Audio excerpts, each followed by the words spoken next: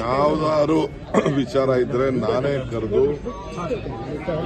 ನಿಮ್ಗೆಲ್ಲ ಪ್ರೆಸ್ಗೆ ಹೇಳ್ತೀನಿ. ಈಗ ಪಕ್ಷ ಕಟ್ಟುವಂಥದ್ದು, ಪಕ್ಷನ ಉಳಿಸ್ಕೊಳ್ಳುವಂಥದ್ದು, ಪಕ್ಷದಲ್ಲಿ ಶಿಸ್ತಿನ ಕಾಪಾಡುವಂಥದ್ದು ನಮ್ಮ ಜನರಲ್ ಸೆಕ್ರೆಟರಿಯವರು, ಮುಖ್ಯಮಂತ್ರಿಗಳು ಇಬ್ರು ಸೇರಿ ಎಲ್ಲರಿಗೂ ಕೂಡ ಬುದ್ಧಿಪಾಠನ ಹೇಳಿದ್ದಾರೆ.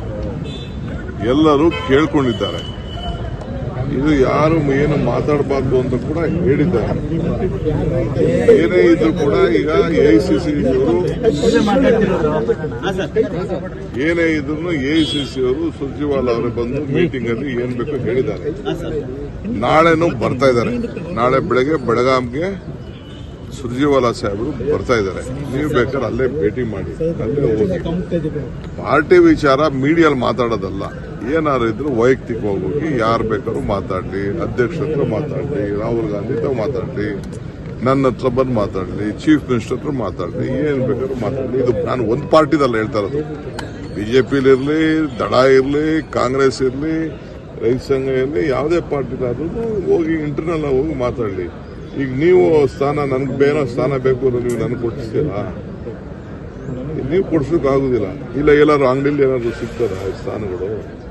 ಅವರವರ ಶ್ರಮ ಫಲ ಎಲ್ಲ ಗಮನದಲ್ಲಿಟ್ಕೊಂಡು ಒಂದು ಪಕ್ಷಕ್ಕೆ ಯಾವುದೇ ಪಾರ್ಟಿಲಾಗಲಿ ಒಂದು ಸ್ಥಾನಗಳನ್ನ ಕೊಡ್ತಾರೆ.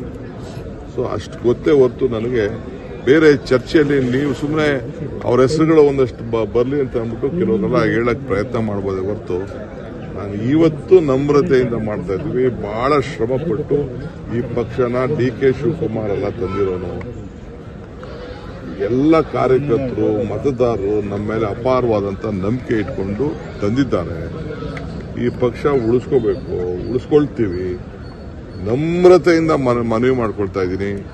ಈ ಪಕ್ಷ ಕಾರ್ಯಕರ್ತರ ಪಕ್ಷ, ಮತದಾರರ ಪಕ್ಷ. ನಾನಲ್ಲ, ಯಾರಿದ್ರು ಪಕ್ಷ ಹೋದ್ರು ನಾವು ಮನೇಲಿ ಕೂತ್ಕೊಂಡು ಈ ಪಕ್ಷ ಉಳಿಸ್ಕೊಳ್ಳೋಷ್ಟು ಶಕ್ತಿ ಕಾಂಗ್ರೆಸ್ ಒಂದು ದೊಡ್ಡ ಇತಿಹಾಸ ಇದೆ. ಮಹಾತ್ಮ ಗಾಂಧೀಜಿ 100 ವರ್ಷದಿಂದ ಈ ದೇಶಕ್ಕೆ ಸ್ವಾತಂತ್ರ್ಯ ತಂದುಕೊಟ್ಬಿಟ್ಟು ನಮ್ಗೆ ಅವ್ರ ಅಧಿಕಾರನೇ ತಗೊಳ್ಳಿಲ್ಲ, ಬಿಟ್ಟು ತ್ಯಾಗ ಮಾಡಿಬಿಟ್ರು. ಅವ್ರು ಈ ದೇಶದ ಪ್ರಧಾನಮಂತ್ರಿ ಆಯ್ತಿರ್ತಾರೆ ಮಹಾತ್ಮ ಗಾಂಧಿ. ಹಂಗೆ ಇವತ್ತು ನಾವೆಲ್ಲ ಅದನ್ನ ಸ್ಮರಿಸ್ಕೊಂಡು ಅದನ್ನ ಉಳಿಸ್ಕೊಳ್ಳಿಕ್ಕೆ ನಾವು ಹೋಗ್ತಾ ಇದೀವಿ.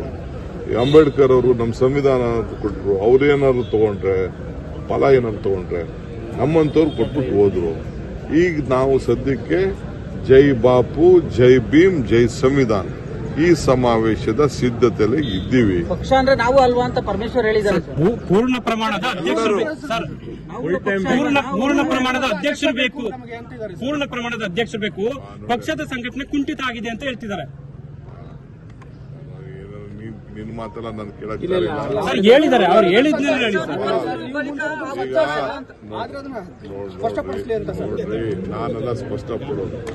ಮಲ್ಲಿಕಾರ್ಜುನ್ ಖರ್ಗೆ ಸಾಹೇಬ್, ಮಲ್ಲಿಕಾರ್ಜುನ್ ಖರ್ಗೆ ಪಕ್ಷದ ಅಧ್ಯಕ್ಷರು, ಅವ್ರ ಹತ್ರ ಕೇಳಬೇಕು. ಅವ್ರನ್ನ ಕ್ವಶನ್ ಮಾಡ್ತಾ ಇದ್ದಾರೆ. ಅಂದ್ರೆ ಈ ಕ್ವಶನ್ ನನ್ನೆಲ್ಲ ಮಾಡ್ತಾ ಇರೋದು. ನೀವು ವಿರೋಧ ಪಕ್ಷದ ನಾಯಕರು ಇದ್ದೀರಿ, ಪಕ್ಷದ ಅಧ್ಯಕ್ಷರು ಇದ್ದೀರಿ ಅಂತ ಅವ್ರು ಕ್ವಶನ್ ಮಾಡಿದ್ರೆ ಅವೆಲ್ಲ ಮಾಡಬಾರ್ದು.